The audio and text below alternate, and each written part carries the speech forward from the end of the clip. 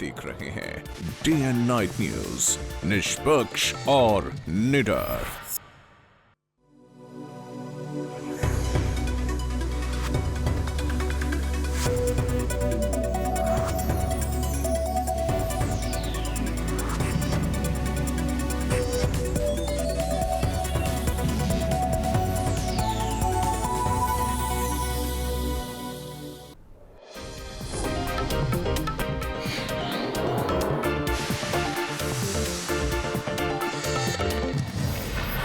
लोकसभा चुनावों के मद्देनजर भाजपा हजका गठबंधन हरियाणा की 10 सीटों पर अपने उम्मीदवारों का ऐलान कर देगा। बीजेपी 8 सीटों पर और हजका 2 सीटों पर चुनाव लड़ेगी। फिलहाल दिल्ली में चुनाव समिति की बैठक चल रही है, जिसमें बीजेपी के कई दिग्गज नेता भी मौजूद हैं, जिसमें उम्मीदवारों के नामों की घोषणा की जा सकती है।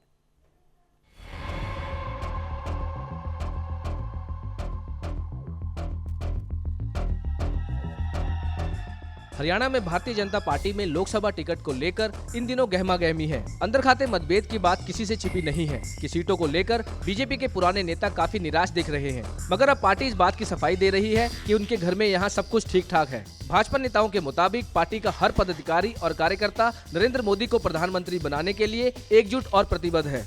उनकी माने तो यह चुनावी माहौल में कई प्रकार की अफवाहें हवा में तैर रही हैं, मगर इनमें कोई भी सच्चाई नहीं है। करनाल सीट के बारे में तो हम भाजपा को लेकर अगर करनाल सीट की बात करें तो एक वो कहावत बनती है कि एक अनार 100 बीमार। तो करनाल सीट का तो ये हाल है, क्योंकि अभी आपको मालूम है कि एक पार्टी जो वीरेंद्र मराठा की पार्टी थी, वो पार्टी भी मर्ज हो गई है, वो भी भारतीय जनता पार्टी के साथ आ गई। और ये जो सीट है ये नॉन जाट सीट मानी जाती है।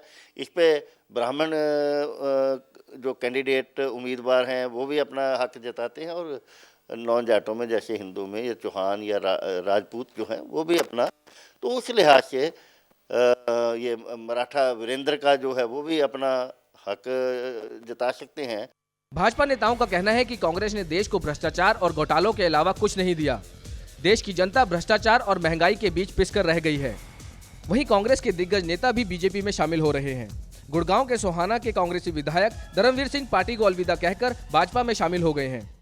कांग्रेस से इतने दुखी और आहत हैं, पीड़ित हैं कि कब चुनाव आए और कब हम अपना गुस्सा उतारकर इस यानी कि भ्रष्ट सरकार को, जिन्होंने महंगाई से आम व्यक्ति की कमर तोड़ रखी है, इससे मुक्ति पाएं।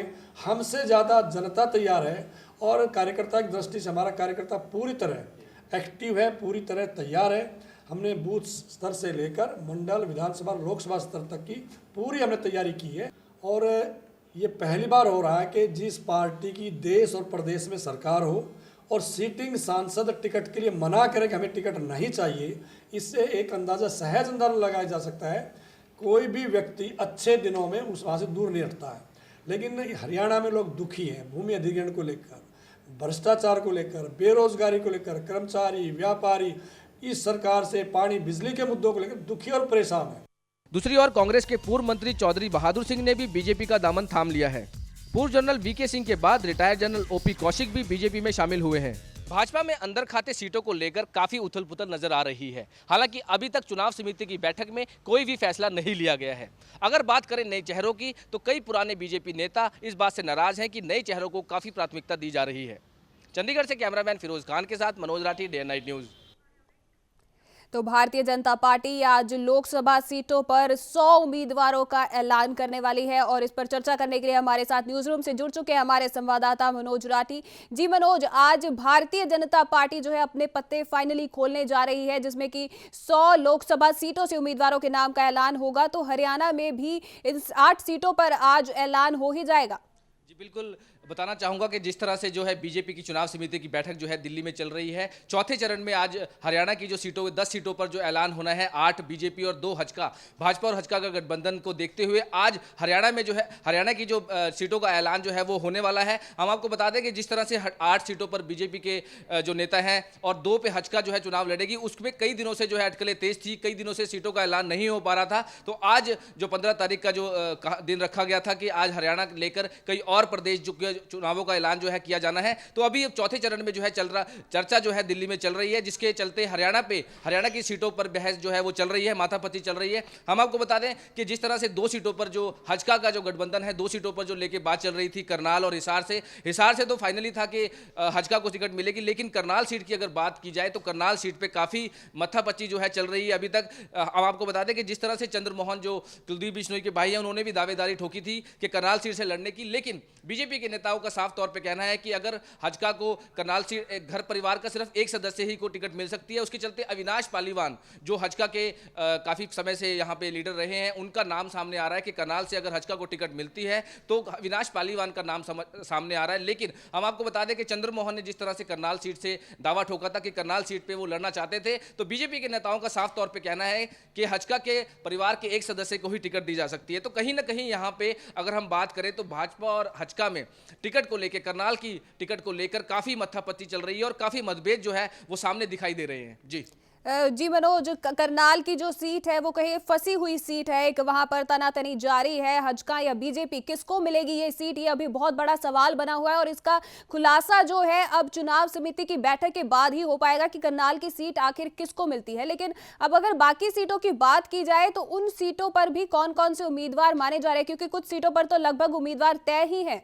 जी बिल्कुल, जिस तरह से 8 सीटों पे अगर बीजेपी की बात करें तो लगभग जो है संभावित नाम जिस तरह से तय ही माने जा रहे हैं, जैसे कि अंबाला से रतनलाल कटारिया का जो है नाम सामने आ रहा है। अगर हम सिरसा से बात करें तो संतोष सारवान, ऐसे ही भिवानी से बात करें तो पूर्व जनरल वीके सिंह, या फरीदाबाद से बात करें तो कृष्णपाल गुज्जर का नाम सामने आ रहा है। तो इस तरह से अगर हम बात करें तो 8 सीटों पर अगर बीजेपी की बात करें तो लगभग उनके नाम जो है वो तय हैं बिल्कुल। लेकिन अगर हम 2 सीटों की बात करें तो वहीं पर पेच आकर खड़ा होता है, वहीं पर एक मतभेद सामने दिख रहा है कि करनाल सीट आखिर किसको दी जाए। अगर हजका वहां से अपना दावेदारी ठोक रही है, लेकिन बीजेपी नेताओं का साफ तौर पे कहना है कि वहां से बीजेपी की जो पुरानी सीट है करनाल, तो वो किसी भी हालत में नहीं देंगे। हालांकि कुलदीप बिश्नोई जो मीडिया को जो बयान दिया था उसमें साफ तौर पे उन्होंने कहा था कि हजका की सीट जो है करनाल की दावेदारी है और करनाल से ही हजका टिकट लड़ेगी। लेकिन बीजेपी नेताओं का साफ तौर पर कहना था कि अभी इस पर कोई भी फैसला नहीं हुआ है, चुनाव समिति की बैठक जारी है, उसी में इस तरह का ऐलान किया जाएगा कि करनाल सीट आखिर किसको दी जाएगी। अगर जिस तरह से आपने सवाल पूछा कि जो संभावित नाम 8 सीटों पर जो है वो लगभग बीजेपी के तय हो चुके हैं और कुछ ही देरों में जो है संभव है कि यहां पे जो ऐलान कर दिया जाएगा 8 सीटों पर और 2 सीटों पर हजका के।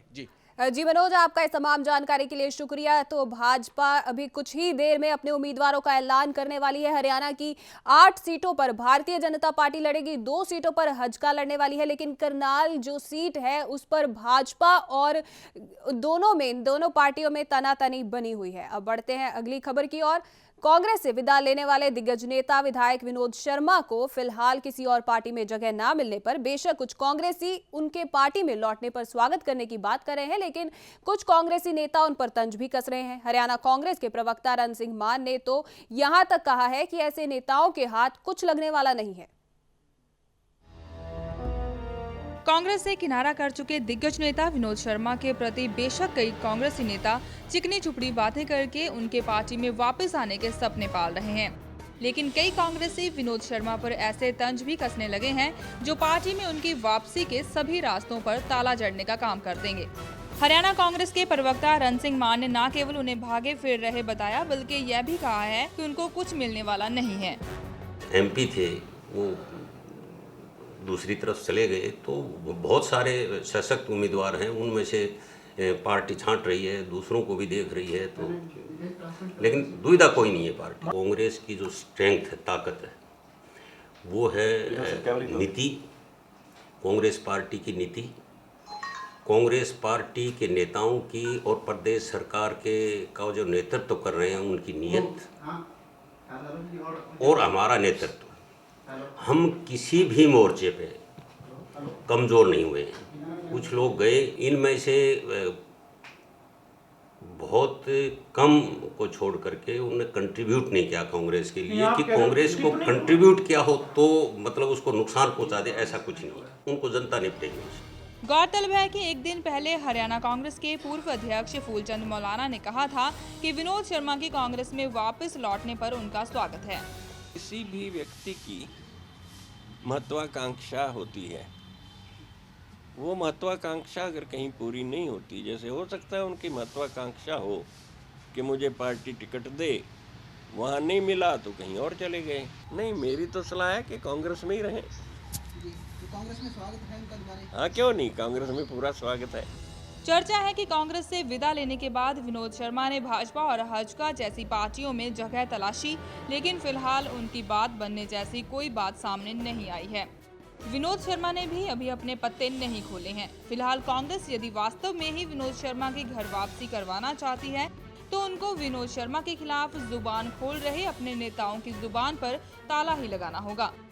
चंडीगढ़ से कैमरामैन गिरीश दुर्गापाल और कुलवीर दीवान के साथ Kaumita Minhas, day and night news. Karnal के घरौंडा में कांग्रेस लोकसभा प्रत्याशी अरविंद शर्मा के साथ कांग्रेस कार्यकर्ताओं की मीटिंग उस समय हंगामे में तब्दील हो गई जब एक कांग्रेसी नेता कृष्ण शर्मा बस्ताड़ा ने सांसद अरविंद शर्मा पर केंद्र का कोई बड़ा प्रोजेक्ट ना ला सकने और विकास कार्यों में भेदभाव की बात कहते हुए वापस सोनीपत भेज देने की बात कही।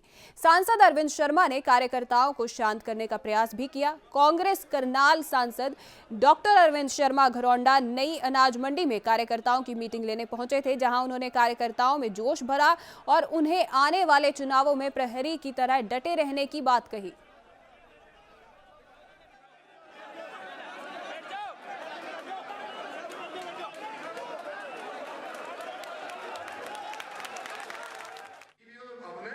ठंडा पानी पूरी प्या करके पंडित जी को नरम करना पड़ेगा भाई। राहुल गांधी का जींद में वीडियो कॉन्फ्रेंसिंग के जरिए कार्यकर्ताओं से सीधा रूबरू होने का कार्यक्रम फिलहाल असफल हो गया।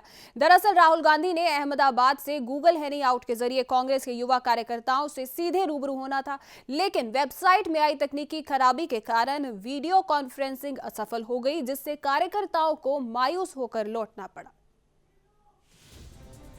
कांग्रेस के राष्ट्रीय उपाध्यक्ष राहुल गांधी द्वारा कांग्रेस कार्यकर्ताओं को मजबूत करने के लिए शुरू किया गया अभियान आगाज के साथ ही दम तोड़ गया। राहुल गांधी द्वारा आज अहमदाबाद से सीधा वीडियो कॉन्फ्रेंसिंग के जरिए देश भर के कांग्रेस के युवा कार्यकर्ताओं से रूबरू होना था। इसके लिए खिड़की वेबसाइट के माध्यम से कांग्रेसी कार्यकर्ताओं के साथ वीडियो कॉन्फ्रेंसिंग से संवाद किया जाना था, लेकिन जींद में वेबसाइट में आई तकनीकी खराबी के कारण राहुल गांधी का ये हाईटेक प्रचार फ्लॉप हो गया। शुरुआत में ही अभियान फ्लॉप होने के कारण कांग्रेसी कार्यकर्ताओं में मायूसी छा गई। राहुल गांधी से रूबरू होने की उम्मीद लेकर कांग्रेस कार्यालय पहुंचे कार्यकर्ता मायूस होकर वापस लौटने को मजबूर थे। वहीं कांग्रेस के प्रदेश प्रवक्ता करमवीर सैनी तथा अन्य कार्यकर्ताओं का कहना है कि वह मायूस नहीं है।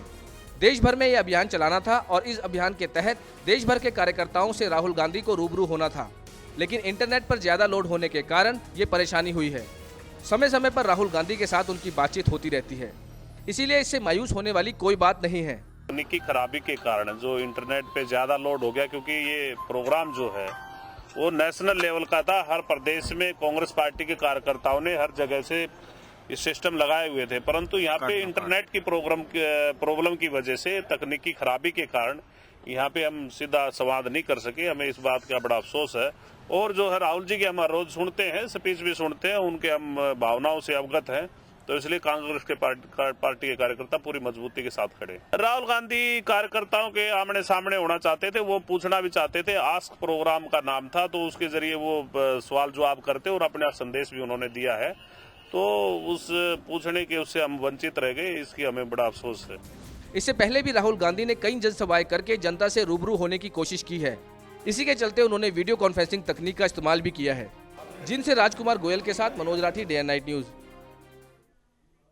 राजनीतिक दलों के सामने हरियाणा के मतदाताओं ने एक अजीब सी मांग रखी है। दरअसल जींद की बीबीपुर पंचायत ने बहु दो वोट लो का एक अटपटा सा फरमान जारी किया है। राणा यूनियंस नाम से बनाया गया ये संगठन लोकसभा चुनावों के इस मौसम में वोट को हथियार बनाते हुए बहु दिलाओ वोट पाओ का नारा लगा रहे हैं। यूनियन के सदस्यों और गांव के बुजुर्गों का कहना है कि जब नेता उनके घर पर वोट मांगने आएंगे तो वो उनके सामने अपना ये मुद्दा उठाएंगे और जो पार्टी कुंवारों को बहु दिलाने का वादा करेगी, वोट उसी पार्टी को ही दिया जाएगा। लोकसभा चुनाव लड़ रहे प्रत्याशियों से वोटरों की अलग अलग मांगे हैं, लेकिन हरियाणा में राजनीतिक दलों के सामने मतदाताओं ने अजीबोगरीब डिमांड रख दी है। वे प्रत्याशियों से दुल्हन मांग रहे हैं। उनकी मांग है बहु दो वोट लो। हरियाणा के जींद की बीबीपुर पंचायत ने ये अटपटा फरमान जारी किया है। बात तो बिल्कुल स्पष्ट है। वैसे आजकल के सभी लड़के आज यहाँ वहाँ फिरते हैं, आवारागर्दी करते हैं। अगर शादीशुदा हो जाए तो क्या इसमें क्या प्रॉब्लम है? सीधी बात है, वोट दो वोट लो बहू दो। मुद्दा हमारा सीधा आएगा, हमने एक बात कहनी है कि अगर बहू दोगे तो वोट देंगे, नहीं कौन देगा। भारत में सबसे कम सेक्स रेशियो यानी 1000 पुरुषों पर 877 महिलाएं वाले राज्य हरियाणा में दुल्हन न मिलने के कारण हजारों युवक कुंवारे हैं। राज्य में कन्या भ्रूण हत्या से सेक्स रेशियो में असंतुलन आया है। इससे कई शादी योग्य युवकों के सामने दुल्हन का संकट खड़ा है। इसी समस्या के चलते जींद जिले के गांव बीबीपुर के कुछ कुंवारे युवकों ने एक संगठन बनाया है और लोकसभा चुनावों के इस मौसम में उन्होंने वोट को हथियार बनाते हुए बहू दिलाओ वोट पाओ का नारा उछाला है। कोई भी पार्टी हमारे पास वोट मांगने के लिए आ रही है तो उनको यही बोलेंगे, हमें वो बहू दो और वोट लो, कम से कम भी 60%। यूनियन के सदस्यों का कहना है कि जब नेता उनके घर पर वोट मांगने आएंगे तो वो उनके सामने अपना ये मुद्दा जरूर उठाएंगे और इस बार वोट उसी को दिया जाएगा जो उन्हें बहू दिलाने का वादा करेगा। बीबीपुर गांव की तरफ से न कह के मैं पूरे हरियाणा की तरफ से एक बात कहना चाहता हूं कि जो भी राजनीतिक पार्टी अब की बार इलेक्शनों में इस संजीदा विषय को उठाएगी उन्हें युवाओं का भरपूर सहयोग मिलेगा, क्योंकि ये शादी विशेष प्रत्येक व्यक्ति की विशेष ज़रूरत होती है और ज़रूरत अगर पूरी नहीं होगी तो आप देख रहे हैं हरियाणा में रेप केस, छेड़खानी के केस लगातार बढ़ रहे हैं और लिंगानुपात 1000 पर 877 है। तो वाकई में बड़ी शर्मनाक स्थिति बनी हुई है हमारे प्रदेश में। तो हम राजनीतिक पार्टियों को आग्रह कर रहे हैं कि जो भी इस विषय को अपने घोषणा पत्र में लाएगी उसे हरियाणा के युवा पूरा मन के उत्साह से वोट देंगे। लोकसभा चुनाव में अब कुछ ही दिन बचे हैं और ऐसे में नेता तो नेता, मतदाता भी ऐसे मौके को गंवाना नहीं चाहते और हर वो शर्त अपनी पूरी करना चाहते हैं जो नेता करके बाद में मुकर जाते हैं। और इस बार यही वजह है कि मतदान के लिए कुछ कुंवारे लड़कों ने एक ऐसी अजीबोगरीब शर्त रख दी है। अब ये शर्त कितना कारगर रहेगा ये देखने वाली बात होगी। जींद से राजकुमार गोयल के साथ Vaishali Chaudhary, day night news.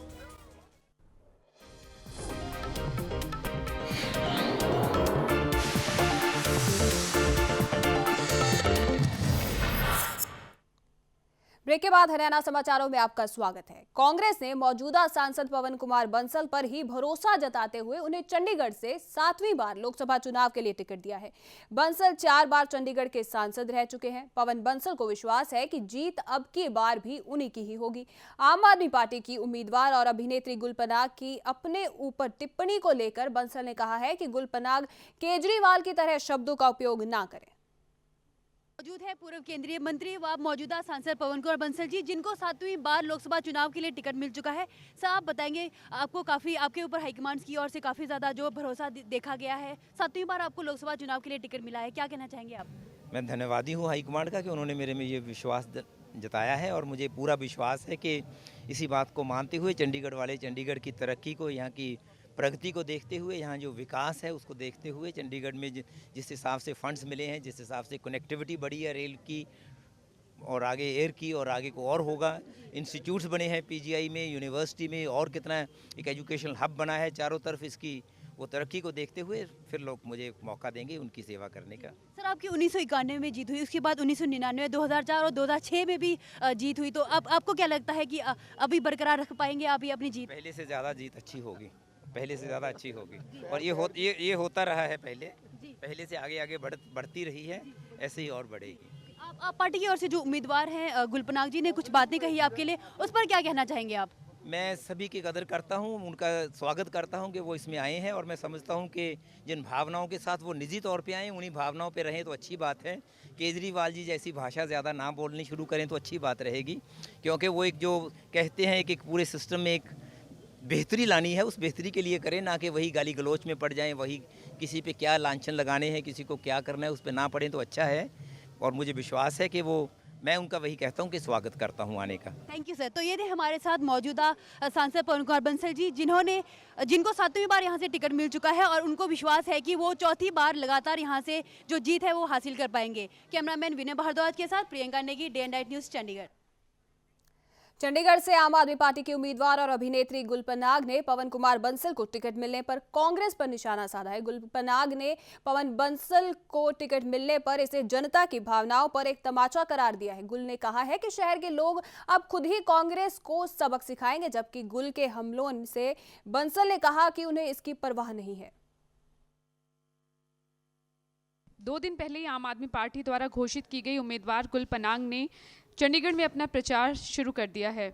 अभिनेत्री और पूर्व मिस इंडिया गुल पनांग अब धीरे धीरे सियासत में खुद को रंगने की कोशिश कर रही हैं। कांग्रेस द्वारा एक बार फिर पवन कुमार बंसल को चंडीगढ़ से टिकट दिए जाने पर गुल पनांग ने कहा कि वो बंसल का सम्मान करती हैं। वो एक पुराने और अनुभवी नेता हैं, लेकिन उनकी पार्टी की लड़ाई भी सीधी भ्रष्टाचार से है। सोचने की बात यह है कि उन्हें कांग्रेस का उम्मीदवार घोषित किया गया है। ये कांग्रेस पार्टी का एक तरीके से जवाब है चंडीगढ़ के लोगों के प्रति कि देखिए ये आपके उम्मीदवार हैं, अब आपके ऊपर सब कुछ है, सोच लीजिए। जनता के सामने है सब, सर कुछ बोलने की ज़रूरत नहीं, जनता बहुत होशियार है और मेन हमारा जो मुद्दा है वो भ्रष्टाचार के खिलाफ है। उधर आम आदमी पार्टी पर मौजूदा सांसद पवन कुमार बंसल ने भी निशाना साधा। बंसल ने कहा कि चंडीगढ़ में आम आदमी पार्टी का कोई जनाधार नहीं है। बंसल ने ये भी कहा कि लोगों को पिछले दिनों में इनकी हरकतों से असलियत का पता चल चुका है। मैं तो उसका स्वागत करता हूँ। होता है लोकतंत्र में जितनी पार्टी जो हैं वो आना चाहते हैं, अपना अपना प्रत्याएं अपना देखें। एक कैंडिडेट उनके पहले ही विड्रॉ कर चुकी है, दूसरी कैंडिडेट ये पैराशूट से उतारा। मैं उन चीज़ों पे टिप्पणी नहीं करना चाहता, उनका अपना अंदरूनी मसला है। मैं ये जानता हूँ कि यहाँ चंडीगढ़ में आप पार्टी का कोई प्रभाव, कोई असर नहीं पड़ेगा, क्योंकि जो उनकी आज से 4 महीने पहले एक उनकी छवि बनी थी आम पार्टी के नेताओं की और उनकी, वो आज नहीं है। जो उनके मन में आए वो कहते रहे, जो चुनाव जिस ढंग से हमने लड़ना है हम लड़ेंगे। वो मैं उन पे इन बातों पे टिप्पणी नहीं मैं करना चाहता, तो इनका फैसला लोग करेंगे। चंडीगढ़ में लोकसभा चुनाव प्रचार जोरों पर है। देखने वाली बात होगी कि शहर के लोग इस बार हाथ के साथ जाते हैं, कमल को खिलाते हैं, या फिर शहर में आपको संसद तक पहुंचाते हैं। लोकसभा चुनाव नजदीक आते ही पार्टियों में आरोप प्रत्यारोप का सिलसिला शुरू हो चुका है। यह देखना रोचक होगा कि शहरवासी तीनों पार्टियों में से किसको वोट देगी और किस पार्टी का सितारा चमकेगा। कैमरामैन विनय भारद्वाज के साथ Priyanka Negi, day night news, Chandigarh. Haryana समाचारों में फिलहाल इतना ही, इजाजत दे, धन्यवाद। खबरों की दुनिया में आइए हमारे साथ कहीं भी और कभी भी जुड़िए। हम मिलेंगे फेसबुक पर, हम दिखेंगे यूट्यूब पर, हमें फॉलो कीजिए ट्विटर पर। खबरों के साथ बने रहिए रात दिन।